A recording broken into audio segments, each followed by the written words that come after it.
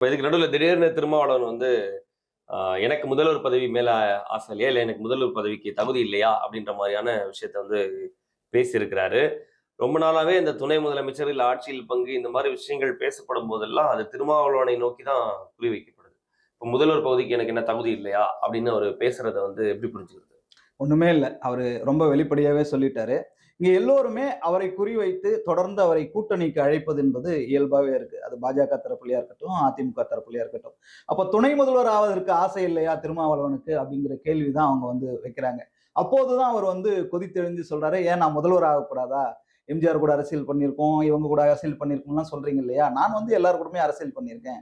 கலைஞர் இருக்கும்போது அரசியல் பண்ணியிருக்கேன், ஜெயலலிதா இருக்கும்போது அரசியல் பண்ணியிருக்கேன், இப்ப ஸ்டாலினோட அரசியல் பண்ணியிருக்கேன். நிறைய தலைமுறையோடு அரசியல் செய்த எனக்கு வந்து ஏன் வந்து முதல்வராக தகுதி இல்லையா அப்படின்னு கேட்டிருக்காரு. இது என்ன பிரச்சனை அப்படின்னா, உடனே வந்து அவர் முதல்வராக ஆசைப்படுறாருன்ற மாதிரி இங்க வந்து ட்ரால் பண்றாங்க அல்லது விமர்சனம் பண்றாங்க. இங்க என்ன பிரச்சனைன்னா, அவர் வந்து அவருடைய ஆசையை தூண்டி விடுவதாக இவர்கள் நினைக்கிறார்கள். அப்படி சொன்னா வந்து இவர் வந்து அதிமுக, பாஜக கூட்டணிக்கு வந்துருவாங்க அப்படின்னு நினைக்கிறாங்க. அவருடைய நிலைப்பாடு என்ன?